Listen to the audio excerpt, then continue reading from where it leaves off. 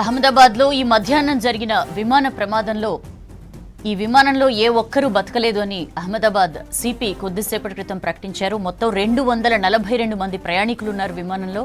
వాళ్ళందరూ కూడా చనిపోయినట్లుగా ధృవీకరించారు. 169 మంది భారతీయులు, 53 మంది బ్రిటన్ దేశస్థులు, 7 పోర్చుగీస్, 1 కెనడియన్ ఈ విమానంలో ప్రయాణం చేస్తూ ఉన్నారు. మొత్తం 242 మంది కూడా చనిపోయారు. విమానంలో ఏ ఒక్కరూ బ్రతికిలేరు అని అహ్మదాబాద్ సిపి ప్రకటించారు. AI-171 విమాన ప్రమాదంలో ఆ విమానంలో ప్రయాణిస్తున్న ప్రయాణికులు, ఎయిర్ క్రాఫ్ట్ స్టాఫ్ అందరూ కూడా మృతి చెందినట్లు అహ్మదాబాద్ సిపి ప్రస్తుతం మాట్లాడుతూ చెప్పారు. విమానంలో ఏ ఒక్కరూ బ్రతికే అవకాశం లేదు అని చెప్పి వారు చెప్పారు. 242 మంది ప్రయాణిస్తున్నారు. అహ్మదాబాద్ నుంచి లండన్ వెళ్తున్న విమానం 169 మంది భారతీయులు, 53 మంది బ్రిటన్ దేశస్థులు, 7 పోర్చుగీస్, 1 కెనడియన్ ఈ ప్రయాణికుల్లో ఉన్నారు. ప్రయాణికులతో పాటు మొత్తం ఎయిర్ క్రాఫ్ట్ స్టాఫ్ కూడా ఈ ప్రమాదంలో చనిపోయినట్లు అహ్మదాబాద్ సిపి ప్రకటించారు. రైట్, ఇష్యూకి సంబంధించి శ్రీశైలం డీటెయిల్స్ మనకు అందిస్తారు, లైవ్ లో ఉన్నారు.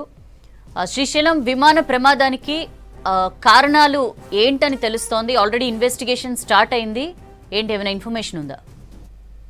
ఎస్, ఇన్వెస్టిగేషన్ ఇప్పటికే స్టార్ట్ అయింది. ఎన్ఐఏ కూడా ఒక కేసు రిజిస్టర్ చేసి అసలు దీని వెనక ఏదైనా వేరే ఇతర కారణం ఉందనే యాంగిల్లో కూడా ఇన్వెస్టిగేషన్ స్టార్ట్ చేసింది. మరోవైపు డీజీసీఏ కానీ, అక్కడ ఉన్నటువంటి ప్రభుత్వం కానీ, కేంద్ర హోంశాఖ కానీ, సివిల్ ఏవియేషన్ కానీ ఇవన్నీ కూడా విచారణకు ఆదేశించాయి. అంటే విచారణ చేస్తాము, ఖచ్చితంగా దానికి ఎట్లాంటి రీజన్ ఉంది అనే అంశం మీద మాత్రం ఖచ్చితంగా చెప్తామని అంటున్నారు. అయితే మనం ప్రమాదం జరిగిన ఆ తీరును ఒక్కసారి అబ్జర్వ్ చేస్తే టేకాఫ్ అయిన వెంటనే అది కూలిపోయింది. దానికి సంబంధించి మేడే కాల్ కూడా పైలట్ ఇచ్చిండు. అంటే ఇంకా అది చివరి క్షణము, అంటే వేరే అత్యంత ఎమర్జెన్సీ అనేటువంటి అది సంకేతం. అది ఆ స్థితిలో ఆ విమానం కూలిపోయింది. విమానం కూలిన తీరు మనం చూసినట్లయితే ఖచ్చితంగా ఏ ఒక్కరు కూడా బతికే అవకాశం లేదని ఇప్పటికే అహ్మదాబాద్ సిపి ప్రకటించినట్టుగానే ఆ ఘటన మనం చూస్తే కూడా అక్కడ ఉన్నటువంటి విజువల్స్ అబ్జర్వ్ చేసినా, ఆ మంటలను మనం చూసినా ఎవ్వరు కూడా బతికే అవకాశం లేదని అక్కడ ఉన్నటువంటి స్థానికులు చెప్తున్నది. కానీ ఆ సిపి చెప్పిన దాని ప్రకారం మనకు తెలుస్తుంది 242 మంది కూడా పూర్తిగా మరణించే అవకాశం ఉన్నట్టుగా కూడా మనకు అక్కడ ఉన్న సిపి మాటల ద్వారా అర్థమైంది. మరోవైపు వీళ్ళే కాదు, అక్కడ విమానం అనేది జనావాసాల మధ్య కూలింది కాబట్టి అక్కడ ఉన్నటువంటి బీజే మెడికల్ కాలేజ్ మీద, అక్కడ ఉన్నటువంటి క్యాంటీన్ మీద కూలింది. దాంతో మెడికోలు కూడా దాదాపు 20 నుంచి 30 మంది మధ్య మరణించి ఉంటారని చెప్పి అక్కడ ఉన్నటువంటి స్థానికుల ద్వారా తెలుస్తోంది. మరోవైపు వీళ్ళు కాకుండా అక్కడ ఉన్నటువంటి స్థానికులు, మెడికోలు కాకుండా మిగిలినటువంటి చుట్టుపక్కల ఉన్నటువంటి జనం కూడా ఈ ప్రమాదం బారినట్టుగా తెలుస్తోంది. ఆ సివిలియన్స్ ఎంతమంది ఇందులో గాయపడ్డారు, ఎంతమంది మరణించారనే సంఖ్య కూడా తేలాల్సి ఉంది. దీనికి సంబంధించి అక్కడ రాష్ట్ర ప్రభుత్వం ప్రకటన చేయాల్సి ఉంది. అదేవిధంగా విమానంలో ఉన్నటువంటి మొత్తం 242 మంది కూడా బతికే అవకాశం లేదని అహ్మదాబాద్ సిపి చెప్పిన నేపథ్యంలో ఖచ్చితంగా వాళ్ళందరూ కూడా చనిపోయినట్టుగానే అక్కడ ఉన్నటువంటి అధికార వర్గాలు ధృవీకరిస్తున్నాయి. అయితే ప్రమాద ఘటన మాత్రం ఖచ్చితంగా ఒక్కసారిగా దేశం మొత్తాన్ని కూడా షాక్ గురి చేసి చెప్పుకోవచ్చు. మన దేశంతో పాటు ఫారినర్స్ కూడా ఇందులో ఉన్నారు. లండన్కు ప్రయాణిస్తున్న నేపథ్యంలో ఆ దేశస్తులు కూడా ఉన్నారు. ఇతర దేశాలకు సంబంధించినటువంటి కెనడా దేశానికి సంబంధించి కూడా ఒకరున్నారు, పోర్చుగల్ దేశానికి సంబంధించిన వాళ్ళు ఉన్నారు. సో ఇక్కడ ఉన్నటువంటి మనం రీజన్స్ ఒకసారి అబ్జర్వ్ చేస్తే విమానం అనేది ఏదైనా కూడా మెయింటెనెన్స్ అనేది చాలా ఇంపార్టెంట్. ఈ సివిల్ ఏవియేషన్లో ఖచ్చితంగా మెయింటెనెన్స్ కూడా అత్యంత ప్రయారిటీ ఇస్తారు. ఇప్పుడు ఏదైతే ప్రమాదానికి గురైందో బోయింగ్ విమానం కూడా అది 11 ఏళ్లుగా సర్వీస్ అందిస్తోంది. గత 2 రోజుల గురించి కూడా ఈ విమానం ఎయిర్ క్రాఫ్ట్ అనేది 2 రోజుల నుంచి నాన్ స్టాప్గా మన ఇండియాలోని వివిధ నగరాలకు ప్రయాణించింది. అక్కడ ఉన్నటువంటి ప్రయాణికులను వారి గమ్యస్థానాలకు చేర్చింది. దాన్ని మళ్ళీ ఈరోజు వెంటనే లండన్కు దాన్ని పంపించారు. లాంగ్ జర్నీ ఉంటుంది, దాదాపు 9 గంటల పైన జర్నీ ఉంటుంది. అయితే ఈ బోయింగ్ విమానాన్ని ఒకసారి ఫుల్గా ఫ్యూయల్ నింపితే కనుక ఖచ్చితంగా 13,000 కిలోమీటర్లు పైన ప్రయాణించే విధంగా దీనిలో ఉంది. అయితే 11 ఏళ్ళుగా ఇది సర్వీస్ ఇస్తుండడంతో లండన్ మెయింటెనెన్స్ కూడా చాలా ఇంపార్టెంట్ అనేది ఉంటుంది. దాన్ని సరిగ్గా చేస్తే తప్ప దానికి కూడా దాని సామర్థ్యానికి అనుగుణంగా దాన్ని నిర్వహణ చేయాల్సి ఉంటుంది. అప్పుడే అది ఏదైతే దాని టార్గెట్ ఉంటుందో దాని టార్గెట్ను ఫుల్ఫిల్ చేస్తుంది. కానీ జనరల్గా మనకు విమాన ప్రమాదాలను ఇప్పటివరకు దేశంలో ఒక్కసారి అబ్జర్వ్ చేస్తే ఇది అత్యంత ట్రాజడీగా ఇండియన్ హిస్టరీలో నిలిచిపోతుందని చెప్పుకోవచ్చు. ఇప్పటి వరకు పౌర విమానంలో ఇంతమంది చనిపోయింది మన దేశంలో లేదు.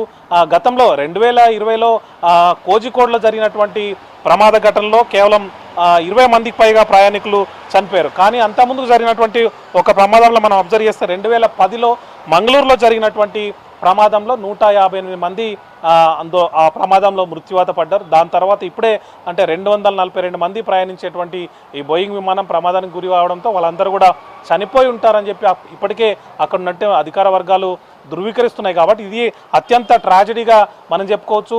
ఈ సివిల్ ఏవియేషన్లో ఖచ్చితంగా ఇదే హయ్యెస్ట్ నంబర్ మనకు డెత్ రేట్గా ఉండే అవకాశం అయితే కనిపిస్తోంది. ప్రమాద కారణాలు ఏమైతే తర్వాత బయటకు వస్తాయి, కానీ ప్రమాదం జరిగిన తీరు మాత్రం ఒక్కసారిగా అందరినీ దిగ్భ్రాంతికి గురి చేసి చెప్పుకోవచ్చు. దేశం మొత్తం కూడా షాక్కి గురైంది. 242 మందిలో ఒక్కరు కూడా మిగలకపోవడం అనేది చాలా బాధాకరంగా కూడా అనిపిస్తుంది. ప్రతి ఒక్కరు కూడా దీని గురించే మాట్లాడుకుంటున్నారు. విమాన ప్రయాణం అనేది తొందరగా తీసుకెళ్తుంది, సేఫ్గా తీసుకెళ్తుంది. ఇన్ జనరల్గా కూడా ఉన్నటువంటి ప్రయాణ సాధనాల్లో విమానం అంటే ఈ జర్నీ విమానం ప్రయాణం అనేది కూడా సేఫెస్ట్ జర్నీగా చెప్తుంటారు. కానీ ఒక్కొక్కసారి జరిగేటువంటి ఇన్సిడెంట్లు మాత్రం దాని తీవ్రత అధికంగా ఉంటుంది. ఇట్లాంటి ఈ ఇన్సిడెంట్ కూడా దానికి ఉదాహరణ. గతంలో జరిగినటువంటి ఇన్సిడెంట్లు కూడా మైనర్ ఇన్సిడెంట్లు అనేవి దీంట్లో ఉండవు, అయితే మేజరే ఉంటాయి. కానీ తీసుకెళ్తే మాత్రం సేఫెస్ట్ జర్నీగానే దీన్ని ఏదైతే విమానయాన సంస్థకు సంబంధించినటువంటి నిపుణులు కూడా చెప్తూ ఉంటారు. ఇప్పుడు కూడా మనకు అదే జరిగిందని చెప్పుకోవచ్చు. కానీ ఏదైతే 242 మంది చనిపోయారనేది మాత్రం ఖచ్చితంగా దేశం మొత్తాన్ని కూడా కలిసివేస్తుంది. ఇప్పటికే దానికి సంబంధించి ఏదైతే కుటుంబాలు వాళ్ళు ఎమర్జెన్సీ నంబర్లు ఏర్పాటు చేశారు, కంట్రోల్ రూమ్లు ఏర్పాటు చేశారు. గుజరాత్కు సంబంధించిన రాష్ట్రం కూడా ఏర్పాటు చేసింది. ఎయిర్ ఇండియా కూడా సపరేట్ నంబర్ ఏర్పాటు చేసింది. అదేవిధంగా మనకు సంబంధించినటువంటి పౌర విమానయాన సంస్థ కూడా ఒక సపరేట్ నంబరు కాల్ సెంటర్ను కూడా ఏర్పాటు చేసింది.